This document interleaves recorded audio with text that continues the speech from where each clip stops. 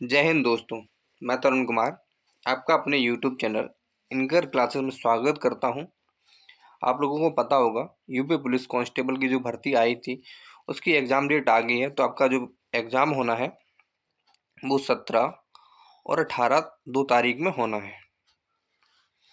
तो हम लोगों के पास ज़्यादा टाइम नहीं है, हम लोगों को फटाफट हर एक सब्जेक्ट का रिवीजन करना है। इन्हीं सबको देखते हुए हम एक 5 मैराथन लाने वाले हैं आप लोगों के लिए। हर एक सब्जेक्ट की एक मैराथन होगी और बहुत ही मज़ेदार तरीके से होगी। आज की जो हमारी मैराथन है वो इंडियन पॉलिटी के ऊपर है।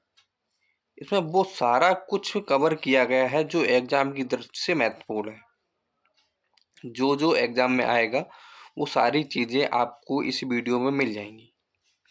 इसके बाद जो कुछ रह जाएगा वो इसके अगली आने वाली वीडियो में आप लोगों को मिल जाएंगी। ज़्यादा टाइम न लेते हुए चलते हैं क्लास की ओर और धड़ाधड़ खींचना स्टार्ट करते हैं। तो स्टार्ट करने से पहले आप लोग चैनल को सब्सक्राइब कर दीजिएगा और वीडियो को भी लाइक कर दो दबा के। चलते हैं। तो हमें जो क्वेश्चंस देखने को मिले हैं वो हमें भाग और अनुच्छेद से संबंधित क्वेश्चंस बहुत मिले हैं और ज़्यादातर एग्जाम में इन्हीं से संबंधित क्वेश्चंस पूछे जाते हैं। तो हमारा जो भाग एक है, भाग एक हमारा संघ और उसका राज्य क्षेत्र आर्टिकल 1 से 4 तक, आर्टिकल 1 से 4 तक। और जो भाग दो हमारा नागरिकता आर्टिकल 511 तक, 5 से 11 तक। और भाग तीन है हमारा मूल अधिकार आर्टिकल 12 से 35। भाग 4 राज्य के नीति निर्देशक तत्व अनुच्छेद 36 से 51। भाग 4 का मूल कर्तव्य आर्टिकल 51 का। भाग 5 अनुच्छेद 52 से लेकर 151 तक। इसमें कुल 5 अध्याय हैं जिन्हें हम लोगों को पढ़ना है। पहला कार्यपालिका, दूसरा संसद, तीसरा राष्ट्रपति की विधायी शक्तियाँ और चौथा संघ की न्यायपालिका और पांचवा भारत का नियंत्रक एवं महालेखा परीक्षक। तो इसके जो आर्टिकल वो कुछ इस प्रकार है। इसी के साथ बढ़ते हैं अगले भाग की ओर। जो हमारा अगला भाग है वो हमारा है भाग 6।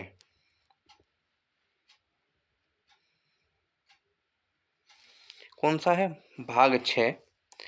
आर्टिकल है 152 से लेकर 237 तक। इसमें भी 6 अध्याय हैं। कितने अध्याय हैं? 6। जो कुछ इस प्रकार है। साधारण अध्याय 1 साधारण आर्टिकल 152। अध्याय 2 कार्यपालिका आर्टिकल 153 से लेकर 167 तक। अध्याय 3 राज्य विधानमंडल आर्टिकल 168 से लेकर 212 तक। राज्यपाल की विधायी शक्ति 213। राज्यों के उच्च न्यायालय 214 से 231। अधीनस्थ न्यायालय 233 से 237। और भाग 7। अब यह हमारे भाग में संविधान में नहीं है, इस भाग को अब निरस्त कर दिया गया है तो इसको हम नहीं पढ़ेंगे। उसके बाद हमारा अगला है जिसे हम पढ़ेंगे वो है संघ राज्य क्षेत्र आर्टिकल 239 से 241। पंचायत 243 से 243 अड़ा। भाग 4 का नगर पालिकाएँ। भाग 4 खा सहकारी समितियाँ। उसके बाद भाग 10 अनुसूचित और जनजाति क्षेत्र अनुच्छेद 244 से 244 का तक। उसके बाद भाग 11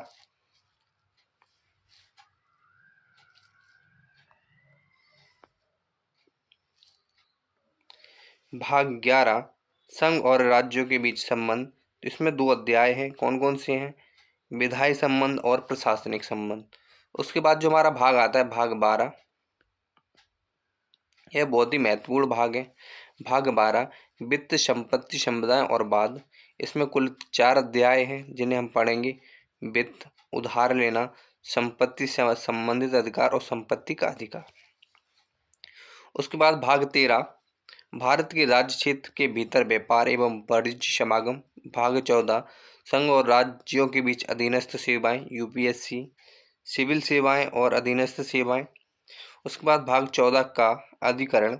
भाग 15 निर्वाचन इलेक्शन। भाग 16 कुछ वर्गों के संबंध में विशेष उपबंध।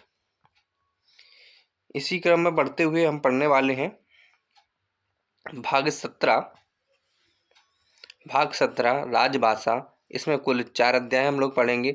संघ की भाषा, प्रादेशिक भाषाएं, उच्चतम न्यायालय और उच्च न्यायालयों की भाषा और विशेष निर्देश। उसके बाद में जो सबसे महत्वपूर्ण है जिसे प्रश्न देखने को मिलते हैं वो है हमारा आपात उपबंध। उसके बाद भाग 19 प्रकीर्ण, भाग 20 संविधान संशोधन। और जो इसकी ये भी बहुत महत्वपूर्ण है, संविधान संशोधन से बहुत प्रश्न पूछे जाते हैं। उसके बाद हमारा है भाग 21 अस्थायी संक्रमणशील और विशेष उपबंध। भाग 22 संक्षिप्त नाम प्रारंभ और हिंदी में प्रतिकृत पाठ और निरसन।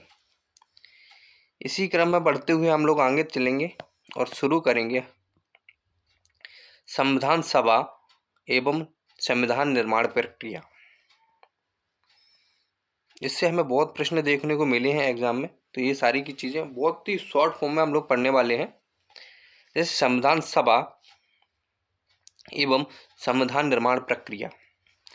स्वतंत्रता के पूर्व कैबिनेट मिशन, जो संविधान सभा बनी थी, एक किस मिशन के द्वारा बनी थी? क्वेश्चन यहाँ से ये आया था एग्जाम में, तो वो बना था कैबिनेट मिशन योजना के तहत यह बना था। कैबिनेट मिशन योजना भारत में कब आई थी? तो वो आई थी 1946 ईस्वी में। कब आई थी? 1946 ईस्वी में।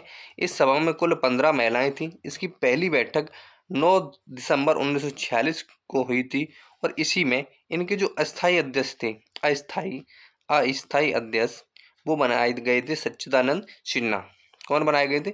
सच्चिदानंद सिन्हा। और उसके बाद में जो हमारी 13 तारीख को बैठक हुई थी उसमें डॉक्टर राजेंद्र प्रसाद जी को फाइनली अध्यक्ष बना दिया गया था। इसमें कुल 12 अधिवेशन हुए थे, 11 + 1 12 अधिवेशन हुए थे। उसके बाद जो हमारा संविधान अंगीकृत हुआ था वो हुआ था 26 नवंबर 1949 को। और जो अंतिम बैठक हुई थी हमारी संविधान की, जिसमें सब लोगों ने इस पर साइन किए थे और प्रस्तावित किया था, वो थी 24 जनवरी 1950। ठीक है, इसी के साथ बढ़ते हैं आगे।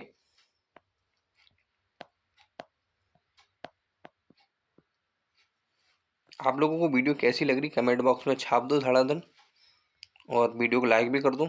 उसके बाद आती है संविधान सभा के सदस्य। जो संविधान सभा थी, इनके सदस्य किस प्रकार आवंटित हुए थे? तो संविधान सभा के सदस्य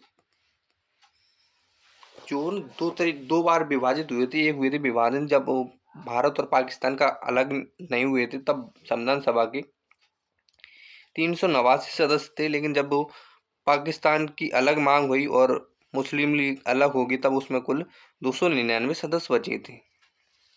ठीक है, और जो सदस्यों का चयन हुआ था वो 10 लाख जनसंख्या के आधार पर हुआ था। बढ़ते हैं अगले प्रश्न की ओर। जो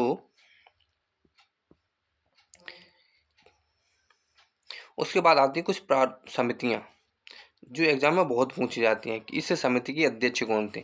तो जो हमारी सबसे ज़्यादा पूछने वाली समिति है वो है प्रारूप समिति। प्रारूप समिति के जो अध्यक्ष थे वो थे डॉक्टर BR अम्बेडकर। इसमें कुल 7 सदस्य थे।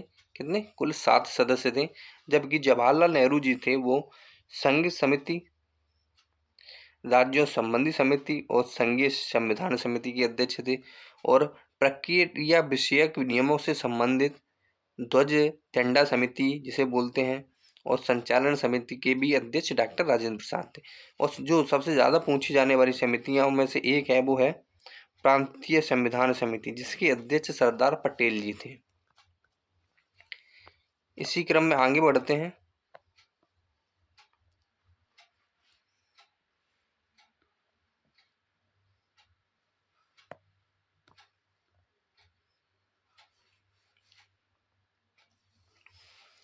झंडा समिति, तदर्थ झंडा समिति, इसके अध्यक्ष डॉक्टर राजेंद्र प्रसाद जी थे। और इसका जो गठन हुआ था वो 23 जून 1947 ईस्वी को हुआ था। इसके कुछ अन्य सदस्य भी थे, जैसे अबुल कलाम आज़ाद, सरोजिनी नायडू, श्री राजगोपालाचारी, KM मुंशी और डॉक्टर BR अम्बेडकर। यह हम लोग देख चुके हैं संविधान सभा की सीटों का आवंटन। जो चुनाव हुआ था उसमें कुल सीटें 296 हुई थी जो ब्रिटिश भारत से थी, जिसमें 208 कांग्रेस की थी, 73 मुस्लिम लीग की थी और 15 अन्य थी। इसी के साथ प्रारूप समिति से बहुत क्वेश्चन पूछे जाते हैं। इसका गठन 29 अगस्त 1947 को हुआ था। इसमें कुल 7 सदस्य थे और अम्बेडकर इसके अध्यक्ष थे। ठीक है, इसमें कौन कौन सदस्य वो थे? N Gopal Swami Ayyar, Alladi Krishna Swami Ayyar, K M Munshi, Syed Mohammad Saadulla, B L Mitter और डी बी खेतान। बाद में इन दोनों की जगह कोई और भी आए थे, वो थे एन माधवन, बी एल मित्र की जगह आए थे और टी टी कृष्णाचारी ये डी पी खेतान की जगह आए थे।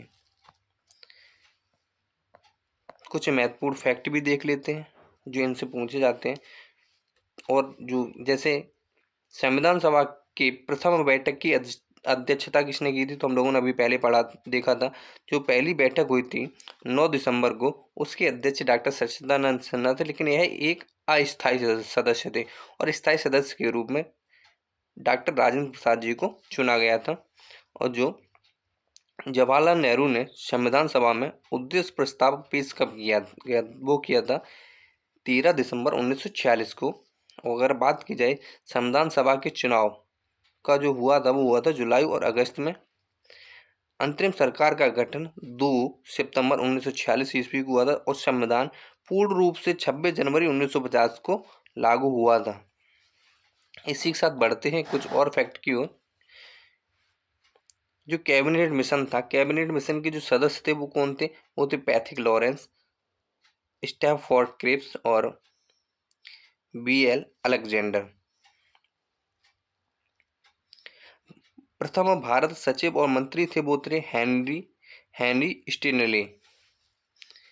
इसी क्रम में आगे बढ़ते हैं।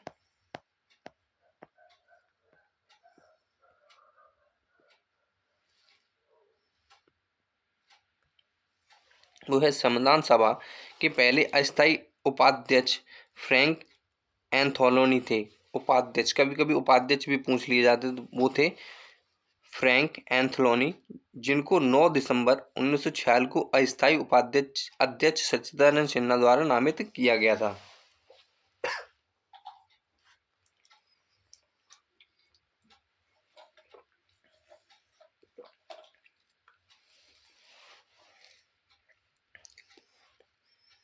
इसी के साथ देखते हैं कुछ फैक्ट। जो पहली बैठक हुई थी वो हुई थी हमारी 9 दिसंबर को। अस्थायी सदस्य डॉक्टर सच्चिदानंद सिन्हा थे और स्थायी सदस्य डॉक्टर राजेंद्र प्रसाद। स्थायी उपाध्यक्ष वो एच सी मुखर्जी। संवैधानिक सलाहकार बी एन राव। यह एग्जाम में बहुत पूछा जाता है और एग्जाम में यह भी पूछा जाता है कि जो हमारा संविधान था वो है कितने दिनों में बनकर तैयार हुआ था, तो वो हुआ था 2 वर्ष 11 माह 18 दिन। 2 वर्ष 11 माह 18 दिन। प्रारूप पर जो बहस हुई थी वो 114 दिन हुई थी। इसमें जो कुल व्यय हुआ था वो 63,96,229 रुपये हुआ था। इसके कुल वाचन हुए थे वो हुए थे 3। संविधान अपनाया कब गया था, तो वो अपनाया गया था 26 नवंबर 1949 को। और जो संविधान लागू हुआ था वो हुआ था 26 जनवरी 1950 को। कुछ क्वेश्चन यहाँ से भी पूछ लिए जाते हैं। जो अंतरिम सरकार थी उसके जैसे जी एल नेहरू, जवाहरलाल नेहरू विदेश मंत्री, राष्ट्रमंडल संबंधी, वल्लभ भाई पटेल सूचना एवं प्रसारण एवं गृह मंत्री थे, जब श्री राजगोपालाचारी शिक्षा मंत्री थे, लियाकत अली वित्त मंत्री थे, योगेंद्र नाथ मंडल विधि मंत्री थे, डॉक्टर राजेंद्र प्रसाद खाद्य एवं कृषि मंत्री थे, बलदेव सिंह रक्षा मंत्री थे और यह वाणिज्य मंत्री थे। इसी क्रम में आप देख लेते हैं जो भारत में प्रथम और अंतिम गवर्नर जनरल और वायसराय बने हैं वह कौन कौन थे। तो अगर बात की जाए बंगाल के प्रथम गवर्नर की, तो वो थे हमारे रॉबर्ट क्लाइव। कौन थे? Robert Clive. इसी के साथ हमारे बंगाल के पहले गवर्नर जनरल कौन थे, तो वो थे वारेन हेस्टिंग। कौन थे? Warren Hasting. उसके बाद जो बंगाल के गवर्नर जनरल, कोई भारत का गवर्नर जनरल बनाया गया था, वो थे पहले विलियम बेंटिंग। अगर बात की जाए लॉर्ड कैनिंग की, तो लॉर्ड कैनिंग गवर्नर जनरल से भारत के प्रथम वायसराय बनाए गए थे। उसके बाद लॉर्ड माउंटबेटन, यह स्वतंत्र भारत के प्रथम गवर्नर जनरल थे, स्वतंत्र भारत के, यह थे ब्रिटिश साम्राज्य के। इसके बाद जब भारत आज़ाद हो गया था तो यह इनको बनाया गया था, लॉर्ड माउंटबेटन को। उसके बाद बात की जाए स्वतंत्र भारत के प्रथम तथा अंतिम भारतीय गवर्नर जनरल कौन थे। अगर बात की जाए भारतीय गवर्नर जनरल की तो वो थे श्री राजगोपालाचारी। यह भी एग्जाम में बहुत पूछा जाता है। इसी क्रम में देखते हैं संविधान की स्रोत। संविधान हमारा कहाँ कहाँ से लिया गया है। अगर बात की जाए स्रोत की तो भारतीय संविधान के अधिकांश उपबंध भारत शासन अधिनियम, जो भारत शासन अधिनियम 1935 था, उससे बहुत सारे उपबंध लिए गए हैं और विश्व के कई देशों के संविधानों से कुछ ना कुछ लिया गया है। तो यह सारी चीज़ें हम इसमें देखने वाले हैं। तो क्या है, जैसे संयुक्त राज्य अमेरिका यूएसए से क्या लिया गया है, तो वो लिया गया उद्देशिका का विचार, न्यायिक पुनरावलोकन, न्यायपालिका की स्वतंत्रता, मूल अधिकार, उपराष्ट्रपति का पद, राष्ट्रपति पर महाभियोग, उच्चतम न्यायालय और उच्च न्यायालय के न्यायाधीशों को पद से हटाए जाने का उपबंध। अब कनाडा से क्या क्या लिया गया है, तो संयुक्त सशस्त्र केंद्र के साथ संघीय व्यवस्था, केंद्र द्वारा राज्यपालों की नियुक्ति, उच्चतम न्यायालय का परामर्शी न्याय निर्णयन और अवशिष्ट शक्तियां केंद्र में निहित होंगी। ये सारी चीज़ें कनाडा से ली गई हैं। जबकि बात की जाए आयरलैंड की, तो आयरलैंड से जो सबसे महत्वपूर्ण चीज़ है वो है राज्य के नीति निर्देशक तत्व। एग्जाम में बहुत पूछा जाता है, और राष्ट्रपति की निर्वाचन पद्धति, यह दोनों एग्जाम में बहुत पूछे जाते हैं, भर भर के पूछे जाते हैं। उसी के साथ राज्यसभा के कुछ सदस्यों का नामांकन, यह भी हमारा आयरलैंड से लिया गया है। उसके बाद दक्षिण अफ्रीका की बात की जाए, संविधान में संशोधन की व्यवस्था, राज्यसभा के सदस्यों का निर्वाचन। अगर बात की जाए जापान की, तो विधि द्वारा स्थापित प्रक्रिया, यह भी एग्जाम में बहुत पूछा जाता है। और ब्रिटेन की अगर बात की जाए तो ब्रिटेन बहुत ज़्यादा ब्रिटेन से लिया गया है, जैसे एकल नागरिकता, मंत्रिमंडलीय प्रणाली, विधि का शासन, संसदीय शासन प्रणाली, परमाधिकार लेख, संसदीय विशेषाधिकार, विधायी प्रक्रिया और द्विसदनी प्रणाली, ये सारी चीज़ें हमारी ब्रिटेन से ली गई हैं। इसी क्रम में आगे बढ़ते हैं।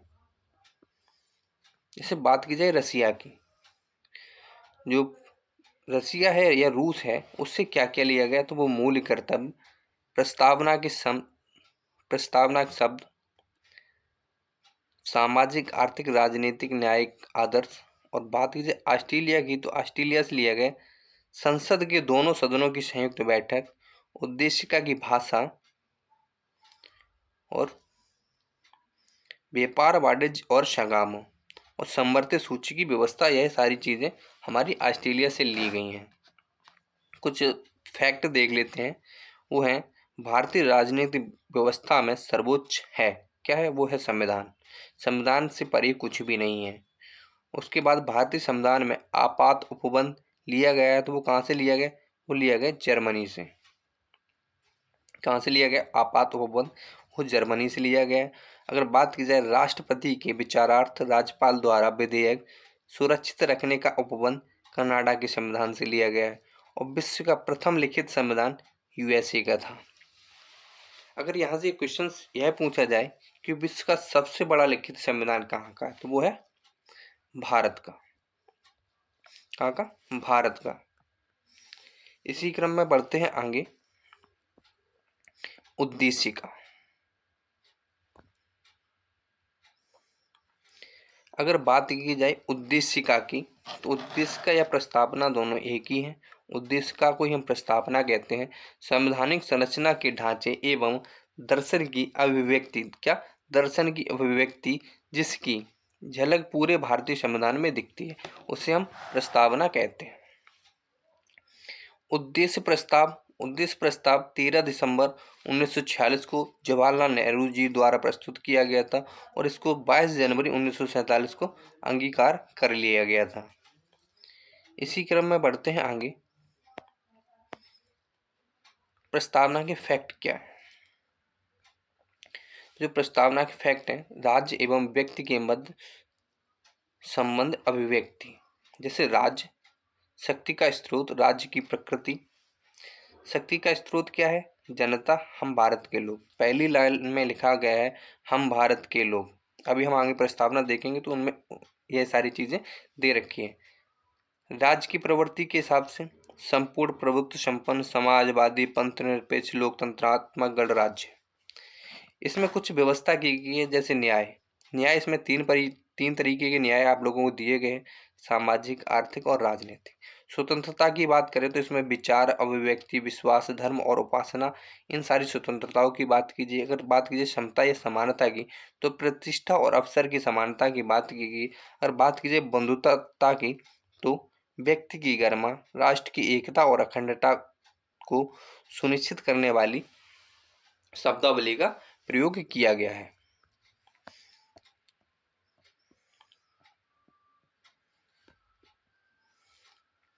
जैसे देख लेते हैं जो उद्देशिका में 42वें संविधान संशोधन 1976 द्वारा कुछ शब्द शामिल किए गए थे। यह क्वेश्चन बहुत पूछा जाता है कि जो संविधान की प्रस्तावना है उनमें किन शब्दों को जोड़ा गया है, तो वो जोड़ा गया है समाजवादी, पंथ निरपेक्ष और अखंडता। इनको कौन से संविधान संशोधन के द्वारा जोड़ा गया? तो वो है 42वें संविधान संशोधन 1976 के द्वारा। अगर बात की जाए यह संविधान का भाग है या नहीं, तो इस पर अलग अलग केस में उच्चतम न्यायालय ने बयान दिया है। पहला जो बेरुवारी वाद आया था बनाम भारत संघ, इसमें उच्चतम न्यायालय ने या सुप्रीम कोर्ट ने इसको स्वीकार करने से मना कर दिया था। लेकिन बाद में मुंबई बनाम यूनियन ऑफ इंडिया बाद में यह पुनः स्पष्ट किया कि मतलब यह संविधान का अंग है। लेकिन उसके बाद एक और केस आया, केशवानंद भारती बनाम केरल राज्य, बाद में इसको संपूर्ण तरीके से इसको संविधान का अंग बताया। इसी क्रम में कुछ महत्वपूर्ण फैक्ट हैं। जैसे उद्देशिका को राजनीतिक जन्मपत्री कहा है, तो वो कहा है के.एम. मुंशी ने। अगर बात की जाए डॉक्टर अंबेडकर जी, बी.आर. अंबेडकर ने आर्टिकल संवैधानिक उपचारों के अधिकार अनुच्छेद 32 को संविधान की आत्मा कहा है। संविधान को एक पवित्र दस्तावेज कहने वाले कौन थे? वो थे डॉक्टर बी.आर. अंबेडकर। उस प्रस्तावना को संविधान की आत्मा किसने कहा है? तो वो कहा है ठाकुर दास भार्गव ने। किसने? ठाकुर दास भार्गव ने। क्वेश्चन यहाँ से दो पूछे जाते हैं। वो है प्रस्तावना मतलब संविधान की आत्मा किसे कहा जाता है? तो वो कहा जाता है प्रस्तावना को। और अगर पूछा जाए बी.आर. अंबेडकर ने किसे संविधान की आत्मा माना है, तो वो है अनुच्छेद 32 संवैधानिक उपचारों के अधिकार को।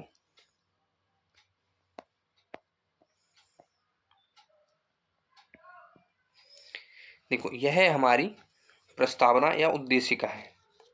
इसमें पहला ही शब्द है हम भारत के लोग।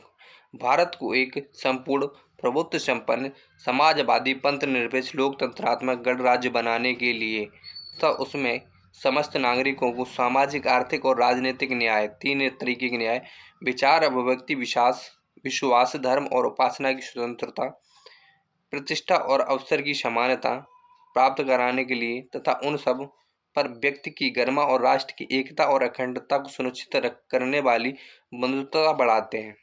और ऐसे को 26 नवंबर 1949 को स्वीकार किया गया था। तो हर एक व्यक्ति को संविधान की प्रस्तावना याद होनी चाहिए। तो ये इसका आप लोग स्क्रीनशॉट ले सकते हैं या फिर बाद में देख सकते हैं। इसी क्रम में हम देखते हैं अनुसूचियाँ। अनुसूचियों से भी बहुत क्वेश्चन पूछे जाते हैं। जो हमारी पहली अनुसूची है वो राज्य व राज्य क्षेत्र से संबंधित है, और जो दूसरी अनुसूची है वो है वेतन भत्तों से संबंधित, और जो तीसरी अनुसूची है वो है शपथ ग्रहण प्रारूप से संबंधित, और जो चौथी अनुसूची है वो है राज्यसभा में सीटों का आवंटन। वो है राज्यसभा में सीटों का आवंटन। अगर बात की जाए पांचवी अनुसूची की, तो पांचवी जो अनुसूची है वो है अनुसूचित क्षेत्रों और अनुसूचित जनजातीय के प्रशासन और नियंत्रण के बारे में उपबंध। और छठी अनुसूची कुछ राज्य हैं जैसे असम, मेघालय, त्रिपुरा, मिजोरम, इनकी जो जनजाति क्षेत्र हैं उनके प्रशासन के बारे में। 7वीं अनुसूची में कुछ शक्तियों का विभाजन है। किसका? शक्तियों के विभाजन है। शक्तियाँ किस किस रूप में बटी होंगी, तो वो संघ सूची, राज्य सूची और संवर्ती सूची में बटी होंगी। उसके बाद है 8वीं अनुसूची, वो है भाषाएं। अगर अगर बात की जाए तो मूल संविधान में केवल 8 सूचियाँ थी। कितनी? 8। लेकिन वर्तमान में कितनी हैं? वो है 12। 4 अनुसूचियों को संविधान संशोधन के द्वारा जोड़ा गया। तो पहली अनुसूची जोड़ी गई थी 9वीं अनुसूची, पहले संविधान संशोधन 1951 के द्वारा। यह भूमि सुधार से संबंधित है। किससे? भूमि सुधार से संबंधित है। विशिष्ट अधिनियमों और विनियमों का विधानीकरण। उसके बाद 10वीं अनुसूची, इसको 52वें संविधान संशोधन 1985 के द्वारा जोड़ा गया। यह दल बदल से संबंधित है। उसके बाद 11वीं और 12वीं अनुसूची बहुत महत्वपूर्ण है, एग्जाम में बहुत पूछी जाती है। पंचायती राज्य व्यवस्था किस में है? तो इस 11वीं अनुसूची में यह 73वां संविधान संशोधन 1992 में जोड़ा गया था। यह वाला पेपर आपका जो यूपीएसआई का एग्जाम हुआ था उसमें भी पूछा गया था। उसके 4-5 सेट में यह पेपर क्वेश्चंस पूछा गया था कि 11वीं पंचायती राज्य संबंध किस अनुसूची से संबंधित है। उसके बाद जो 12वीं अनुसूची है वो है नगर पालिका संबंधित। यह 74वां संविधान संशोधन 1992 के द्वारा छोड़ा गया था।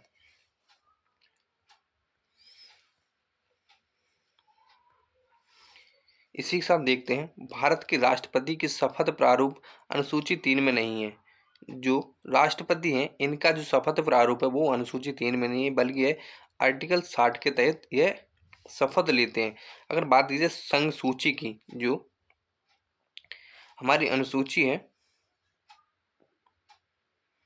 अनुसूची 7, जो अनुसूची 7 है उसमें कुछ सूचियां दी गई, संघ सूची, राज्य सूची और समवर्ती सूची। यह किन किन विषयों से संबंधित है? अगर बात कीजिए संघ सूची में 97 विषय थे, लेकिन वर्तमान में इसमें संशोधन मतलब एक सब्जेक्ट बढ़ा दिया गया है, वो है अब हो गए इसमें 98। राज्य सूची में पहले 66 विषय थे, अब इसमें 59 विषय हैं। अब पहले समवर्ती सूची में 47 विषय थे और वर्तमान में बात की जाए तो इसमें 52 विषय हैं, जिन पर राज्य सरकार और केंद्र सरकार दोनों मिलकर मतलब कि नियम बना सकते हैं। इसी के साथ बात कीजिए 8वीं अनुसूची की। यह बहुत महत्वपूर्ण अनुसूची है, क्योंकि जो भाषाएं हैं, पहले जो मूल संविधान था उसमें कुल 14 भाषाएं थी, जबकि 8 भाषाएं इसमें संविधान संशोधन के तहत जोड़ी गई। अब वर्तमान में कुल कितनी भाषाएं हो गई हैं? तो वो है 22।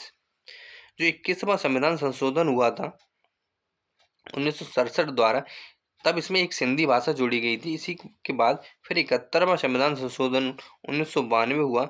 इसके तहत कोंकणी, मणिपुरी और नेपाली, नमक, इसको बोलते हैं हम नमक, नेपाली, मणिपुरी और कोंकणी जोड़ा गया। उसके बाद में आता है 92वां संविधान संशोधन 2003। इसके तहत बोडो, डोंगरी, मैथिली और संथाली, ये 4 भाषाएं जोड़ी गई थी।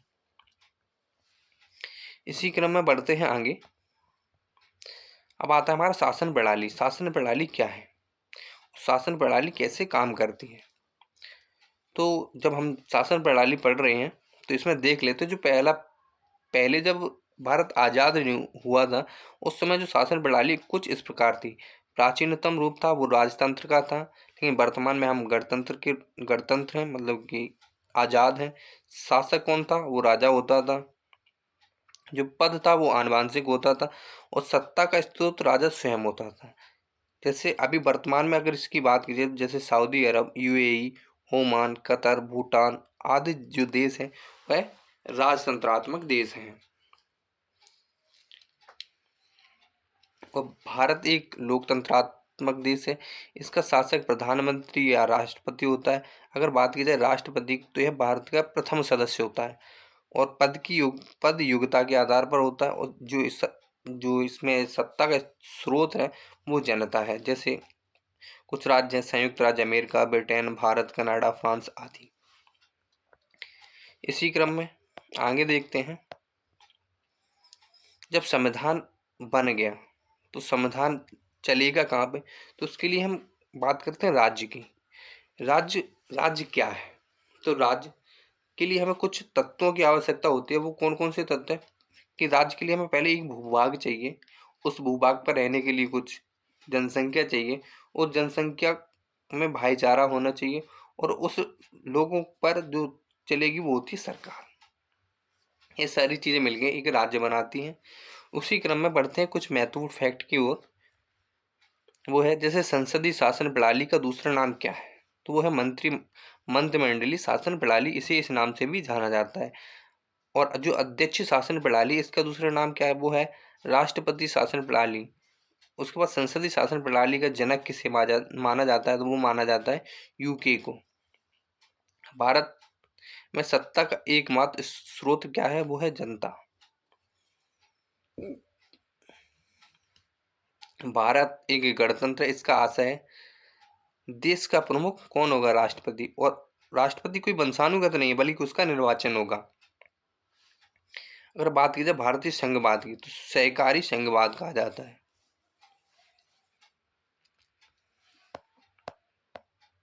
इसी के साथ देखते हैं प्रतीक चिन्ह। प्रतीक चिन्ह से बहुत क्वेश्चंस पूछे जाते हैं। जो हमारा भारत का राष्ट्रीय ध्वज तिरंगा है, जैसे भारत का राजकीय चिन्ह अशोक तथा अशोक का सिंह स्तंभ है। और जैसे भारत का राष्ट्रगान जन गण मन, बहुत पूछा जाता है एग्जाम में।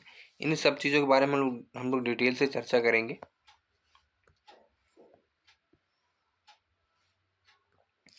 जैसे बात करते हैं हम तिरंगा की, किसकी, तिरंगा की।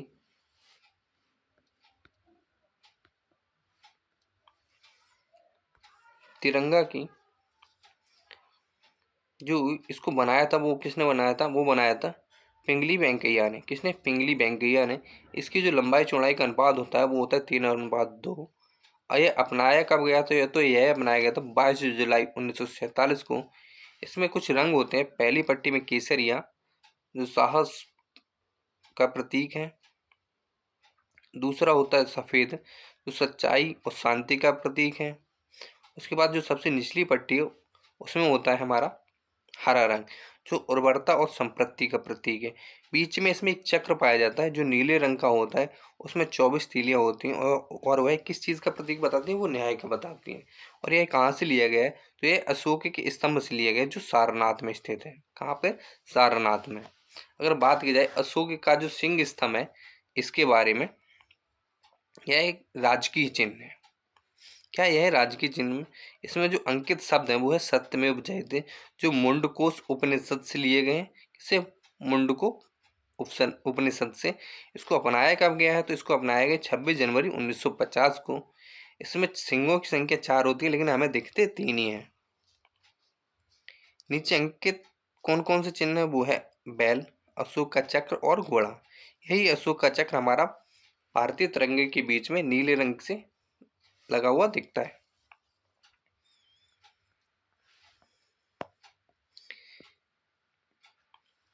इसी क्रम में हम बात करते हैं राष्ट्रीय गान की। किसकी, राष्ट्रीय गान की। जो हमारा राष्ट्रीय गान है जन गण मन, ये तत्वबोध की बोधनी पत्रिका से लिया गया। किससे लिया गया, तत्वबोधनी पत्रिका से लिया गया। इसका प्रथम गायन पहली बार गया 27 दिसंबर 1911 में भारतीय राष्ट्रीय कांग्रेस के कलकत्ता अधिवेशन में गाया गया था। कब, कलकत्ता अधिवेशन में 1911 में गाया गया था। इसका जो गायन अवधि है वो है 52 सेकंड। और इसके जो रचयिता हैं बहुत पूछे जाते हैं, वो है रविन्द्रनाथ टैगोर। और इसे अपनाया गया था, वो अपनाया गया था 24 जनवरी 1950 को। और एक चीज़ और एग्जाम में पूछी जाती है राष्ट्रगान से कि कुछ संक्षिप्त पाठ को गाने में या बजाने में लगभग 20 सेकंड का समय लगता है। जब कोई आपत्तित दुर्घटना घटे तो उस समय हम इसको 20 सेकंड में भी गा सकते हैं। इसी क्रम में बढ़ते हैं आगे। राष्ट्रीय दिवस या त्योहार, कुछ राष्ट्रीय दिवस और त्योहार है। जैसे गणतंत्र दिवस 26 जनवरी को मनाया जाता है। स्वतंत्रता दिवस 15 अगस्त को मनाया जाता है। गांधी जयंती 2 अक्टूबर को मनाई जाती है। यह 3 त्योहार हैं जो हमारे राष्ट्रीय दिवस या त्योहार के रूप में मनाए जाते हैं। अगर बात की जाए राष्ट्रीय नदी की, तो वह है हमारी गंगा। और इसे वर्ष 2008 में घोषित किया गया था।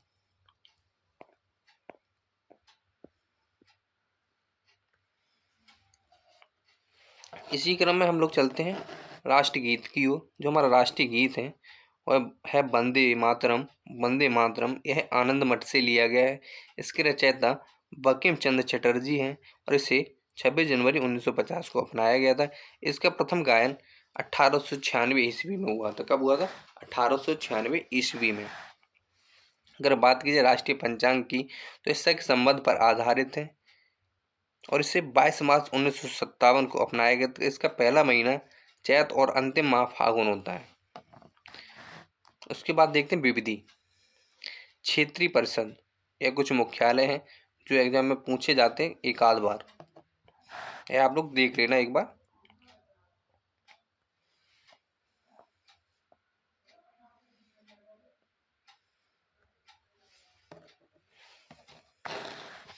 कुछ अन्य प्रतीक चिन्ह हैं जैसे राष्ट्रीय पक्षी मोर, राष्ट्रीय पुष्प कमल, राष्ट्रीय विरासत पशु हाथी, राष्ट्रीय जलीय जीव डॉल्फिन, राष्ट्रीय फल आम, राष्ट्रीय मुद्रा रुपया और राष्ट्रीय वृक्ष बरगद, राष्ट्रीय पशु बाघ। ये सारी चीजें एग्जाम में बहुत पूछी जाती हैं, तो ये चीज भी आप लोग देख लेना। अब कुछ प्रमुख रियासतें थीं जिनका भारत में विलय हुआ और वो किस तरीके से हुआ और कब हुआ। जैसे बात करें जम्मू कश्मीर की, जम्मू कश्मीर 26 अक्टूबर 1947 को विलय पत्र द्वारा इसको भारत में मिलाया गया था। बात की जाए हैदराबाद की, तो हैदराबाद अपने आप को स्वतंत्र राज्य घोषित करने की चेष्टा कर रहा था। तब इस पर जब जो सरदार वल्लभ भाई जी थे, इन्होंने इस पर एक ऑपरेशन चलाया था, वो था ऑपरेशन पोलो। पुलिस कार्रवाई के द्वारा इसको शामिल किया गया था। कब? 17 सितंबर 1948 को। उसके बाद बात आती है जूनागढ़ की। तो जूनागढ़ 9 नवंबर 1947 को भारत सरकार का नियंत्रण हुआ था। वो भी किस तरीके से? तो वो हुआ था जनमत संग्रह के द्वारा। कैसे? जनमत संग्रह के द्वारा। और यह संपूर्ण रूप से 20 जनवरी 1950 को स्वराष्ट्र भारत में विलय हो गया था।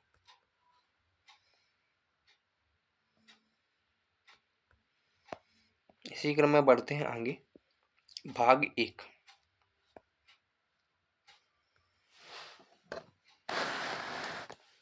भाग 1 संघ एवं उसका राज्य क्षेत्र। क्या? संघ एवं उसका राज्य क्षेत्र। भाग 1। इसमें कुल अनुच्छेद 1 से लेकर 4 तक हैं। कितने? 1 से लेकर 4 तक।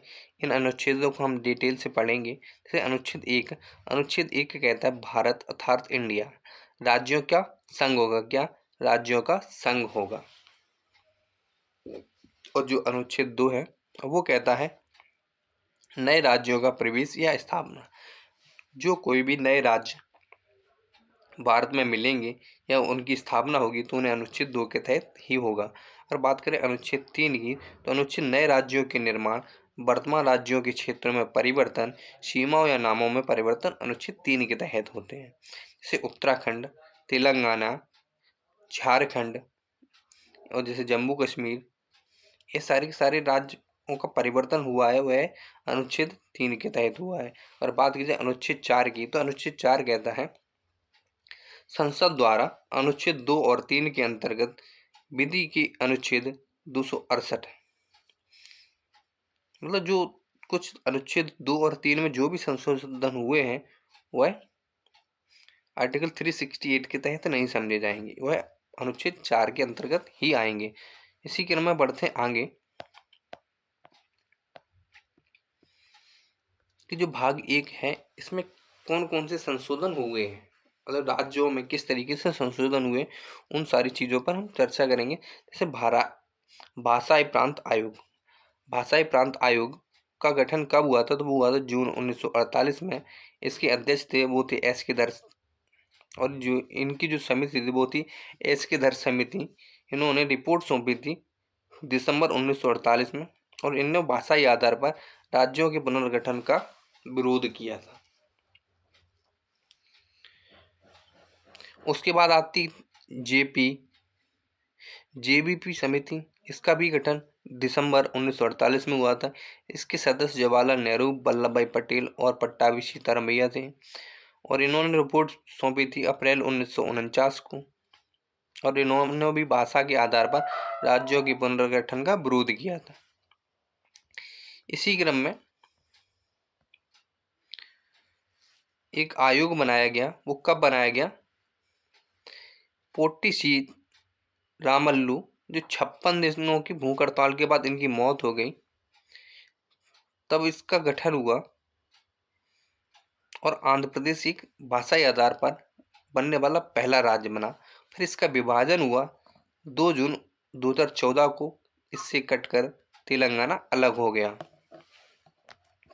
कब तेलंगाना अलग हुआ? जब यह सारी घटनाएं हुई, इसी के आधार पर एक कमेटी तैयार की गई 1953 में, फजल अली आयोग। इसके अध्यक्ष थे फजल अली और अन्य सदस्य कुछ इस प्रकार थे। और इन्होंने 1955 में अपनी रिपोर्ट सौंपी और इन्होंने भाषाई आधार पर राज्यों के पुनर्गठन की मतलब उसको स्वीकार किया।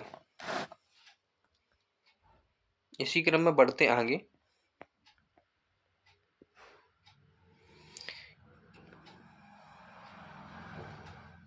कि विभिन्न राज्यों का पुनर्गठन या गठन कब हुआ। अगर बात करें आंध्र प्रदेश की, तो आंध्र प्रदेश 1 अक्टूबर 1953, सिक्किम 13 मई 1975, गुजरात 1 मई 1960, मिजोरम 26 फरवरी 1987, नागालैंड 1 दिसंबर 1963, अरुणाचल प्रदेश 20 फरवरी 1987, हरियाणा 1 नवंबर 1966, गोवा 30 मई 1987, हिमाचल प्रदेश 25 जनवरी 1971, छत्तीसगढ़ 1 नवंबर 2002 को। छत्तीसगढ़ को आप लोगों को बताना है, छत्तीसगढ़ कौन से राज्य के से कटकर बना है।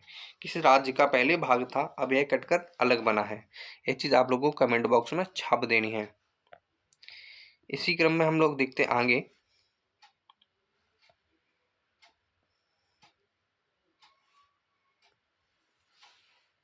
मेघालय 21 जनवरी 1972, मणिपुर 21 जनवरी 1972 और त्रिपुरा 21 जनवरी 1972। उसके बाद में उत्तराखंड, झारखंड और तेलंगाना, इन सब का भी गठन हुआ है। इसका 2000 में 9 नवंबर 2000, झारखंड 15 नवंबर 2000 और 2 जून 2014 में तेलंगाना कटकर अलग हुआ आंध्र प्रदेश से। झारखंड और उत्तराखंड किन दो अलग अलग राज्यों से हुए, ये चीज़ आप लोगों को कमेंट बॉक्स में बता देनी है। इसी क्रम में बढ़ते हैं जम्मू कश्मीर और दादरा और नागर हवेली और दमन द्वीप का विलय कैसे और कब हुआ। तो 6 अगस्त 1919 को एक प्रस्ताव आया था, जिससे के तहत आर्टिकल 370 को हटा दिया गया और 35A को भी निरस्त कर दिया गया। तब 31 अक्टूबर 2019 को जम्मू कश्मीर राज्य को 2 केंद्र शासित प्रदेशों जम्मू एवं कश्मीर और लद्दाख में विभाजित कर दिया गया। उसके बाद वर्तमान में दादरा और नागर हवेली, दमन और दीव का अधिनियम 2019 के तहत अनुच्छेद 240A गा के तहत दोनों संघ राज्य क्षेत्रों का विलय आपस में कर दिया गया। तो वर्तमान में कुल 28 राज्य और 8 केंद्र शासित प्रदेश भारत में हैं।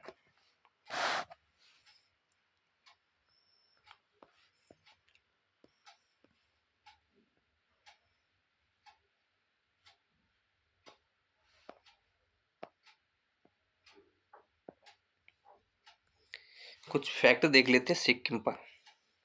जो सिक्किम है वो 35वीं संविधान संशोधन 1974 के द्वारा सह राज्य के रूप में शामिल किया गया था, लेकिन अगले ही साल 36वां संविधान संशोधन अधिनियम 1975 के तहत इसको पूर्ण राज्य का दर्जा मिला। वर्तमान में भारत में 28 राज्य और 8 केंद्र शासित प्रदेश हैं। अगर 7वें संविधान संशोधन अधिनियम 1956 के जरिए 1 नवंबर 1956 को 14 राज्य और 6 केंद्र शासित प्रदेशों में इसका गठन हुआ था। इसी क्रम में संसद द्वारा नगर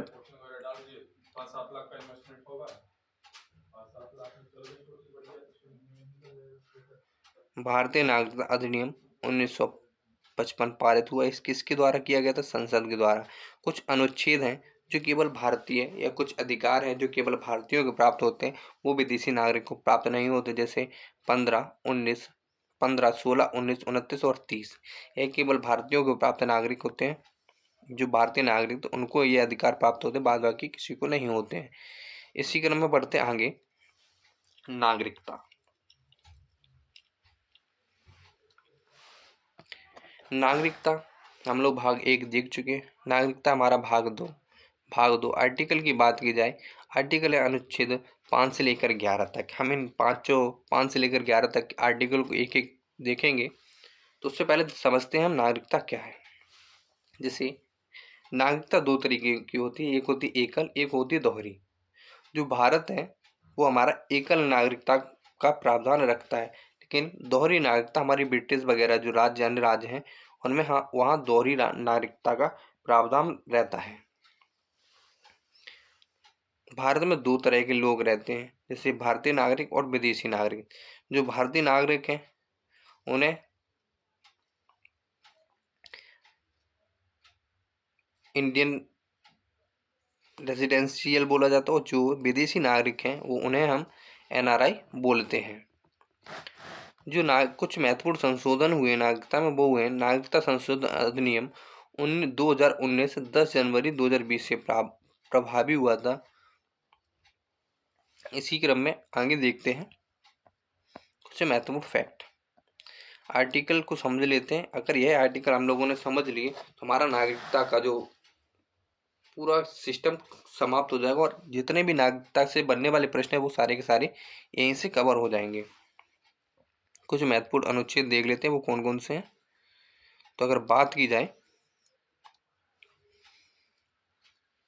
अनुच्छेद 5 की, अनुच्छेद 5 कहता है संविधान लागू होने के समय नागरिकता। और अनुच्छेद 6 है वो कहता है पाकिस्तान से भारत को प्रव्रजन करने वाले कुछ व्यक्तियों के लिए नागरिकता के अधिकार। जो व्यक्ति पाकिस्तान से भारत आए थे, और यही चीज सेम अनुच्छेद 7 में है। उसके बाद अनुच्छेद 8, अनुच्छेद 8 क्या कहता है भारत के बाहर रहने वाले भारतीय उद्भव के कुछ व्यक्तियों के लिए नागरिकता के अधिकार। उसके बाद अनुच्छेद 9 कहता है विदेशी राज्य की नागरिकता ग्रहण करने पर भारतीय नागरिकता स्वतः ही समाप्त हो जाएगी। तो अनुच्छेद 9 कहता है कि नागरिकता कैसे समाप्त होगी। उसके बाद अनुच्छेद 10 है वो कहता है नागरिकता के अधिकारों का बना रहना। उसके बाद अनुच्छेद 11 संसद द्वारा नागरिकता से संबंधित विधि बनाने पर शक्ति का प्राप्त। जो अनुच्छेद 11 है इसके तहत संसद नागरिकता के ऊपर कोई भी शक्ति बना सकती है, कोई भी नियम बना सकती है। ये सारा का सारा अनुच्छेद 11 के अंतर्गत आता है। उसके साथ देखते आगे भारतीय नागरिकता का अधिकार। यह चीज़ हम नागरिकता कैसे ले सकते हैं, वो हम ले सकते हैं जन्म से।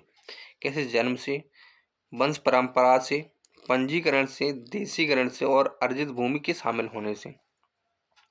जब हम कोई चीज़ ले सकते हैं तो कोई चीज़ हम दे भी सकते हैं। तो जो नागरिकता है तो उस चीज़ का लोप कैसे होगा या उस चीज़ का अंत कैसे होगा। तो नागरिकता त्यागने पर या तो हम स्वतः त्याग दें, जैसे हम किसी विदेशी महिला के साथ शादी कर लें और वहाँ की नागरिकता ले लें तो हमारी भारतीय नागरिकता समाप्त हो जाएगी। सरकार द्वारा वंचित करने पर, सरकार हमें जैसे कोई दिवालिया घोषित कर दिया जाए तो सरकार हमसे हमारी भारतीय नागरिकता छीन लेगी। या किसी अन्य देश की नागरिकता ग्रहण करने पर, जैसे हम कनाडा वगैरह जाते हैं वहाँ की नागरिकता ग्रहण कर लें तो हमारी भारतीय नागरिकता समाप्त हो जाएगी। नागरिकता से संबंधित कुछ फैक्ट हैं जो एग्जाम में पूछे जाते हैं, वो कुछ इस प्रकार है। जैसे संसद द्वारा नागरिकता के अधिकार पर विधि बनाने का जो उपबंध है वो अनुच्छेद 11 के अंतर्गत है। भारतीय नागरिकता अधिनियम पारित किसने किया था? तो वो संसद द्वारा पारित किया गया था। दोहरी नागरिकता कैसी होती है? जैसे अमेरिका, स्विट्जरलैंड, यहाँ पे दोहरी नागरिकता का प्रावधान है। उसके बाद जो संविधान संशोधन नागरिकता संशोधन विधेयक आया है 2019 से, कब लागू हुआ था? तो 11 दिसंबर 1919 को हुआ था। इसी क्रम में आगे बढ़ते हैं।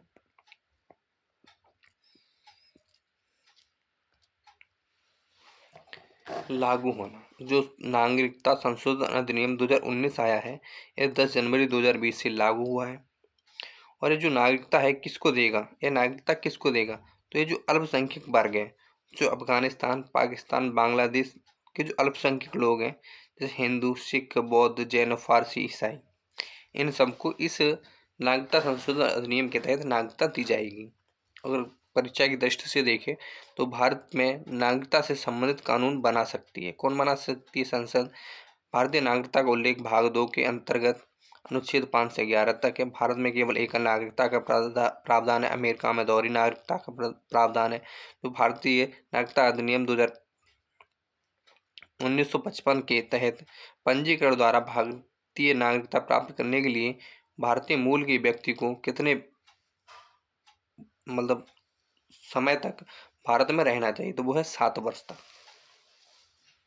कितना समय है? 7 वर्ष।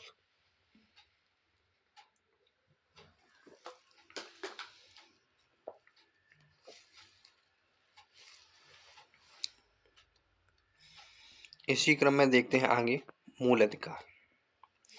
बहुत प्रश्न पूछे जाते हैं मूल अधिकार से, भर भर के प्रश्न आते हैं यहाँ से, जिनको हम थोड़ा डिटेल से समझेंगे। मूल अधिकार किस तरीके से काम करते हैं? तो जो मूल अधिकार है वो भाग 3 के अंतर्गत है। इसमें अनुच्छेद 12 से 35 है। जो मूल अधिकार है इसका संरक्षक कौन होता है? तो वो होती है न्यायपालिका। इसमें संशोधन का अधिकार किसके पास होता है? वो होता है संसद के पास। इसकी प्रकृति कैसी है? यह न्यायोचित है, बाध्य योग्य है, यह न्यायालय में परिवर्तनीय है। इनकी संख्या कितनी है? पहले मूल संविधान में 7 थी, लेकिन वर्तमान में 6 है।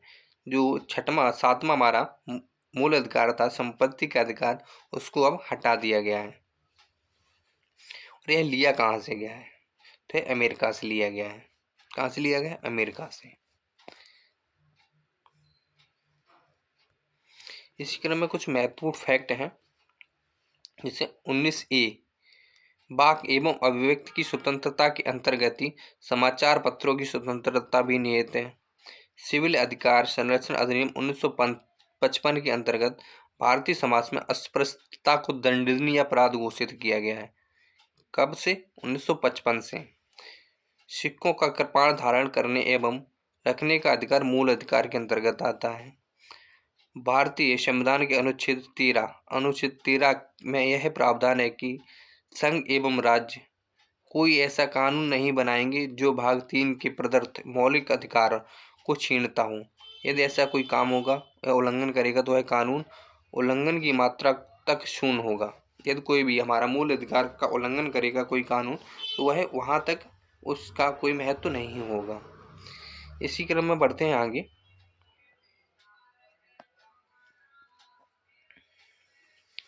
भारतीय संविधान में मूल अधिकारों की वर्तमान संख्या कितनी है? वो है 6। कौन कौन से अधिकार है? क्षमता का अधिकार, स्वतंत्रता का अधिकार, शोषण के विरुद्ध अधिकार, धार्मिक स्वतंत्रता का अधिकार, संस्कृति एवं शिक्षा संबंधी अधिकार और संवैधानिक उपचारों का अधिकार। इसी को BR अम्बेडकर जी ने संविधान की आत्मा कहा है। स्वतंत्रता का अधिकार, समता का अधिकार अनुच्छेद 14 से 18, स्वतंत्रता का अधिकार 1935, अनुच्छेद 23-24 शोषण के विरुद्ध अधिकार, धार्मिक स्वतंत्रता का अधिकार 25 से 28, संस्कृति एवं शिक्षा संबंधी अधिकार अनुच्छेद 29 से 30 और संवैधानिक उपचारों का अधिकार अनुच्छेद 32। इसी क्रम में आगे हम चलते हैं, तो एक एक अनुच्छेद को देखेंगे बड़े कायदे से, और यहाँ से बहुत एग्जाम में क्वेश्चन पूछे जाते हैं। एक या दो क्वेश्चन आपको भारत के नीति निर्देशक तत्व और मूल संविधान मौलिक अधिकार से मिलेंगे। या तो मौलिक अधिकार से एक प्रश्न पूछा जाएगा या फिर राज्य के नीति निर्देशक तत्वों से एक प्रश्न पूछा जाएगा। इन दोनों में से एक प्रश्न आपको 100% हर एक पेपर में मिलेगा, तो इन्हें हमें बहुत ध्यान से देखना है। जैसे बात करते हैं क्षमता के अधिकार की, तो क्षमता का अधिकार हमारा कहाँ से कहाँ तक है? वो है अनुच्छेद 14 से लेकर 18 तक। कहाँ से? 14 से लेकर 18 तक। अगर बात की जाए आर्टिकल 14 की, तो इसमें आता है विधि की समझ, समता या विधायी विधियों का समान संरक्षण। क्या? विधि की समझ, समानता और विधायी विधियों का समान संरक्षण। अगर बात की जाए अनुच्छेद 15 की, तो धर्म, मूल वंश, जाति, लिंग या जन्म स्थान के आधार पर प्रतिभेद विभेद का शोषण मतलब निषेध। उसके बाद अनुच्छेद 16 लोक नियोजन के विषय में अवसर की समानता। अनुच्छेद 17 अस्पृश्यता का अंत या छुआछूत का अंत। अनुच्छेद 18 हमारा कहता है उपाधियों का अंत। इसी क्रम में हम देखते हैं स्वतंत्रता का अधिकार। क्या? स्वतंत्रता का अधिकार। अनुच्छेद 19 अभिव्यक्ति की स्वतंत्रता सहित कुल 6 प्रकार की स्वतंत्रता दी गई है। अनुच्छेद 19 को हम बड़े डिटेल से देखेंगे।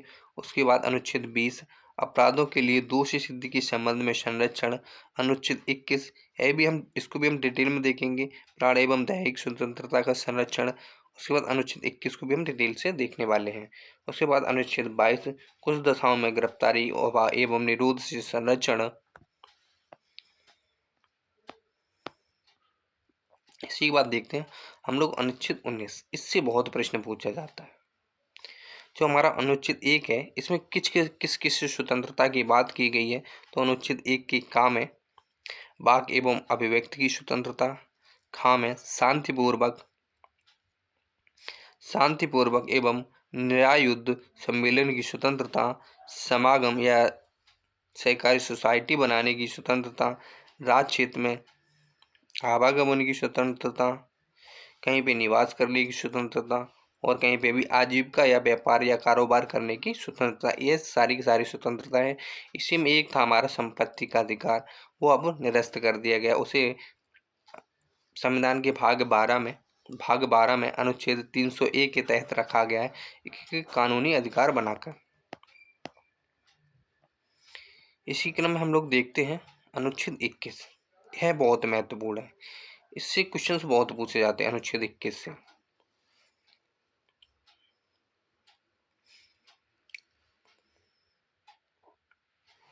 जैसे गोविंद बनाम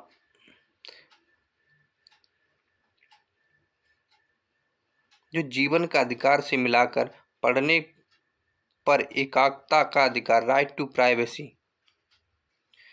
टू प्राइवेसी को भी हम अनुच्छेद 21 के तहत देखते हैं। किसके?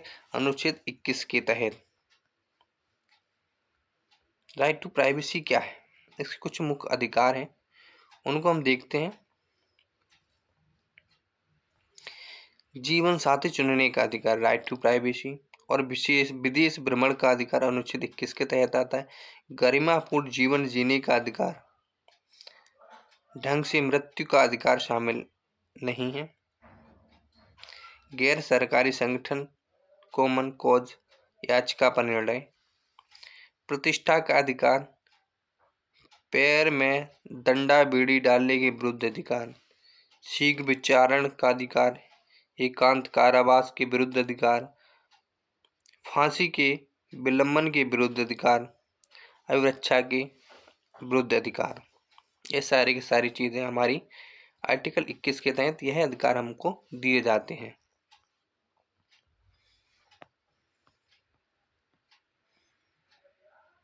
इसके साथ कुछ अन्य अधिकार और हैं जो हमारे अनुच्छेद 21 के तहत आते हैं। वो कौन कौन से हैं?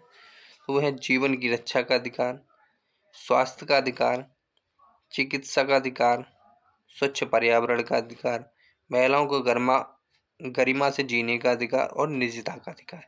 यह सारे के सारे हमारे आर्टिकल 21 के तहत आते हैं। कुछ और है, जैसे राज्य के बाहर न जाने का अधिकार, विधिक सहायता का अधिकार, आश्रय का अधिकार या विदेश यात्रा का अधिकार। किसका? विदेश यात्रा का अधिकार। यह भी हमारा आर्टिकल 21 के तहत आता है। उसके तहत कार्यालय पर महिलाओं के लैंगिक उत्पीड़न के विरुद्ध अधिकार, यह भी हमारा आर्टिकल 21 के तहत आता है। भाग 4 के अनुच्छेद 45 से संबंधित कुछ अनुच्छेद हैं जो हमारे 21 से मेल खाते हैं। जैसे 6 वर्ष से कम आयु के सभी बच्चों द्वारा राज्य द्वारा प्रारंभिक शिशु देखभाल और शिक्षा संबंधी उपबंध, यह हमारा आर्टिकल 21 का के तहत 86वें संविधान संशोधन अधिनियम 2002 के तहत इसको एक मूल अधिकार के रूप में जोड़ा गया। उसके बाद 51 का यह हमारा मूल कर्तव्य है। क्या? मूल कर्तव्य है। इसको भी 86वें संविधान संशोधन 2002 के तहत इसको मूल कर्तव्य में जोड़ा गया था।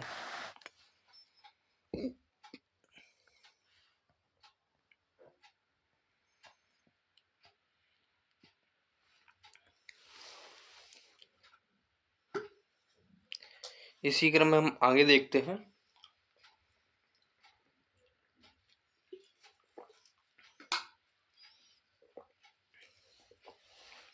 संपत्ति का अधिकार। संपत्ति का अधिकार क्या है?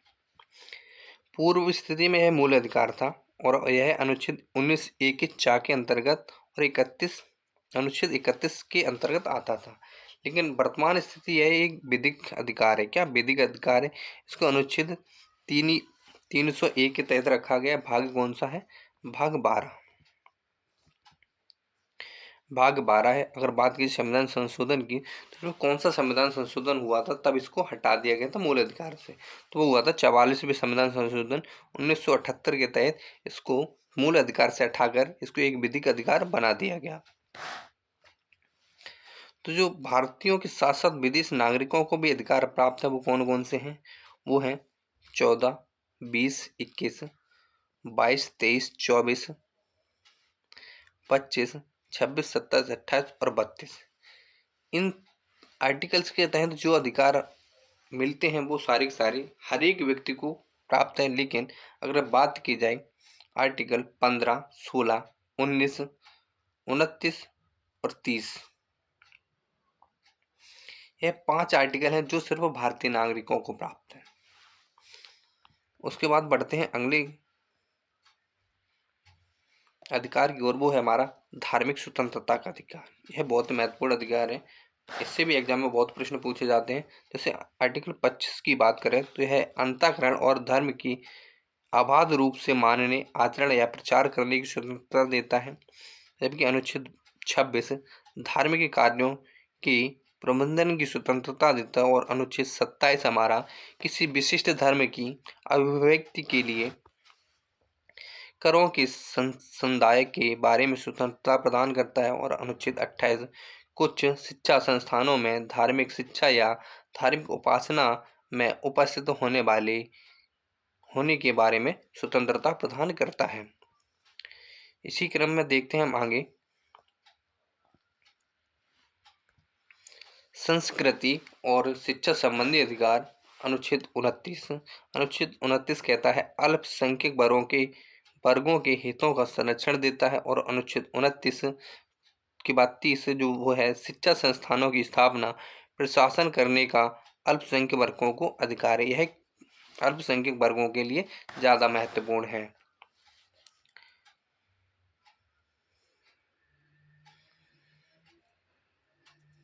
उसके बाद आता है हमारा अनुच्छेद 32, वो है हमारा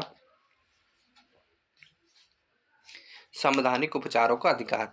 इसी अधिकार को डॉक्टर B.R. अम्बेडकर जी ने संविधान की आत्मा कहा है।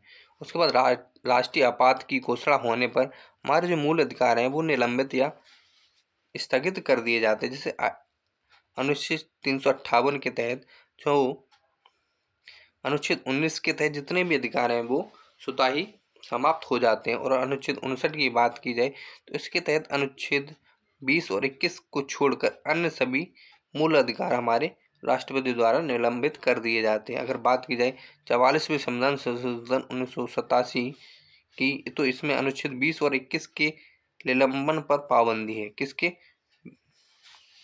20 और 21 के निलंबन पर पाबंदी है। महत्वपूर्ण तथ्य की बात की जाए तो उच्चतम न्यायालय ने संविधान के मूल संरचना बुनियादी ढांचा के सिद्धांत का प्रतिपादन किया है। वो किस बाद में किया है? तो वो किया है केशवानंद भारतीय बनाम केरल राज्य 1973 में। प्रत्यक्ष बंदीकरण अधिनियम के अंतर्गत एक व्यक्ति को बिना मुकदमा चलाए बंदी बनाए रखा जा सकता है। कितने दिनों के लिए? वो 6 माह के लिए। इसी क्रम में हम लोग आगे देखते हैं राज्य की नीति निर्देशक तत्व, बहुत महत्वपूर्ण है।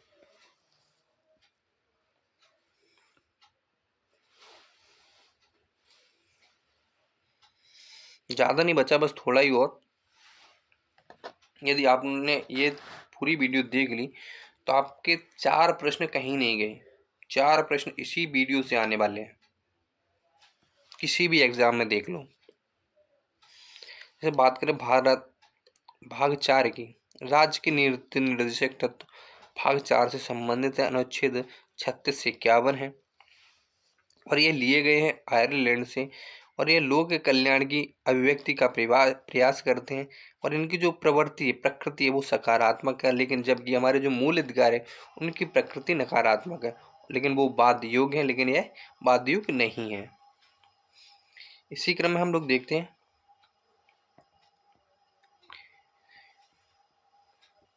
नीति निर्देशक तत्वों में जो प्रमुख संशोधन हुए हैं वो कौन कौन से हुए। पहला हुआ है वो है 42वां संविधान संशोधन 1976, उसके बाद 86वां संविधान संशोधन 2002, 97वां संविधान संशोधन अधिनियम 2011। इसमें जो जोड़ा गया था वो अनुच्छेद 39 का, 43 का और 48 का जोड़ा गया था। 39 का कहता है कि समान न्याय एवं निःशुल्क विधिक सहायता, और अनुच्छेद 43 का कहता है उद्योगों के प्रबंधन में कर्मकारों का भाग लेना। उसके बाद अनुच्छेद 48 का कहता है पर्यावरण का संरक्षण एवं संवर्धन। अनुच्छेद 45 जो 86वां संविधान संशोधन अधिनियम हुआ था उसमें अनुच्छेद 45 के तहत 6 राज्यों में 6 वर्ष से कम आयु के बालकों या शिक्षा से संबंधित है। जो हमारा 21A जो संविधान संशोधन 86वें संविधान संशोधन के तहत 21A मूल अधिकार जोड़ा गया था, वो भी सी के तहत जोड़ा गया था। इसके साथ बढ़ते हैं आगे। अब देखते हैं हम लोग आर्टिकल 36 से 51 इसके आर्टिकल्स हैं। अगर बात की जाए आर्टिकल अनुच्छेद 36 की तो इसमें राज्य की भाषा है, अनुच्छेद 37 की बात की जाए तो इस भाग में अंतर्विशिष्ट तत्वों को लागू होने की बात की गई है जो गैर बाध्य हो गए, न्यायालय द्वारा लागू नहीं किया जा सकता। यह पहले ही स्पष्ट कर दिया गया है कि इसमें जो भी अधिकार आप लोगों को दिए गए हैं वो सरकार के ऊपर डिपेंड करता है कि वह लागू करेगी या नहीं करेगी। इसके ऊपर आप कोर्ट में नहीं जा सकते हैं। अगर बात की जाए अनुच्छेद 38 की, यहाँ से महत्वपूर्ण अनुच्छेद स्टार्ट हो जाते हैं जो एग्जाम में पूछे जाते हैं। राज्य जिलों के कल्याण की अभिव्यक्ति के लिए सामाजिक व्यवस्था बनाए रखना। अनुच्छेद 39 बहुत एग्जाम में पूछे जाता है क्योंकि इसमें बहुत सारे उपबंध दिए गए हैं, तो वो कुछ इस प्रकार है, हम लोग देख लीजिए। उसके बाद बात आती है अनुच्छेद 40 ग्राम पंचायतों का गठन। एग्जाम में बहुत पूछा जाता है, पिछली बार यूपीएसआई के एग्जाम में पूछा गया था और एसएससी जीडी का जो पिछला पेपर हुआ तो उसमें भी इसको पूछा गया था। और अनुच्छेद 41 कुछ दशाओं में काम, शिक्षा और लोक सहायता पाने का अधिकार। अनुच्छेद 42 काम की न्याय संगत और मनोचित दशाओं तथा प्रसूति सहायता का उपबंध।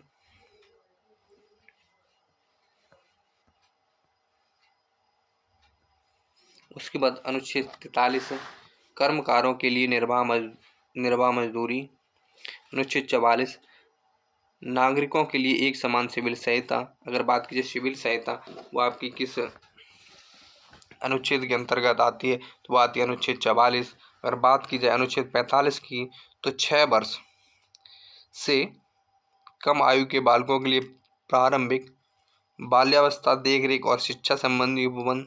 इसी में 45 का जोड़ा गया था, तो वो किससे है, वो हमारा 6 से 14 वर्ष तक की शिक्षा का अधिकार है।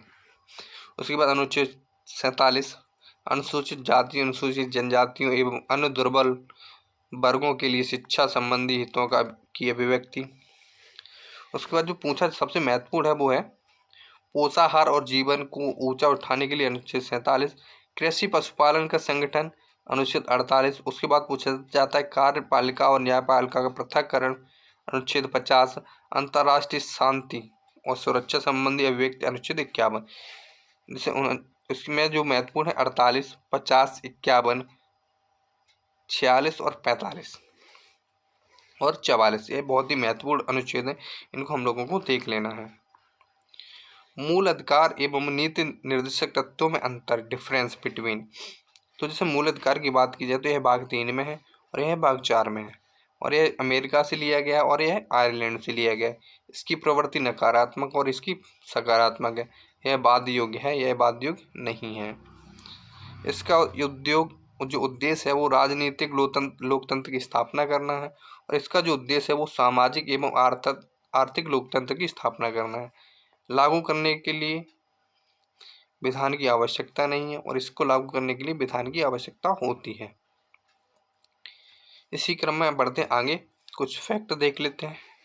जैसे कल्याणकारी राज्य की संकल्पना का समावेश भारतीय संविधान में प्रस्तावना एवं नीति निर्देशक तत्वों में निहित है।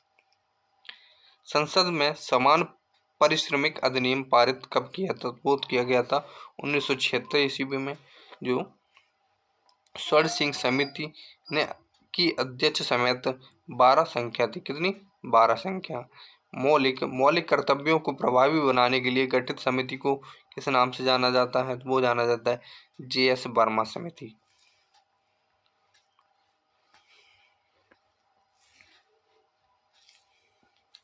उसके बाद बात कर लेते हैं मूल कर्तव्य की। तो मूल कर्तव्य यह किस भाग में है? इसका जो भाग है वो है 4 का। अनुच्छेद 1 ही है इसमें 51 का। और इसको कहाँ से लिया गया? तो वो लिया गया है रसिया से। कहाँ से लिया गया? रसिया से। जो हमारा मूल, इसमें कुल मूल 10 कर्तव्य जुड़े गए थे, लेकिन बाद में 42वें संविधान संशोधन अधिनियम के द्वारा इसमें एक कर्तव्य और जोड़ा गया, तो अब ये कुल मिलाकर 11 हो गए हैं। और इसकी किसकी समिति, कौन सी समिति के द्वारा इसको प्रस्तावित किया गया था? तो वो किया गया था स्वर्ण सिंह समिति के द्वारा। और इसका जो प्रकृति है वो है यह गैर बाध्य योग है, यह बाध्य योग नहीं है। अगर बात की जाए संख्या की, तो इसमें वर्तमान में 11 संख्या, पहले 10 थी, लेकिन 11वां कब जोड़ा गया? तो वो जोड़ा गया 86वीं संविधान संशोधन 2002 के तहत।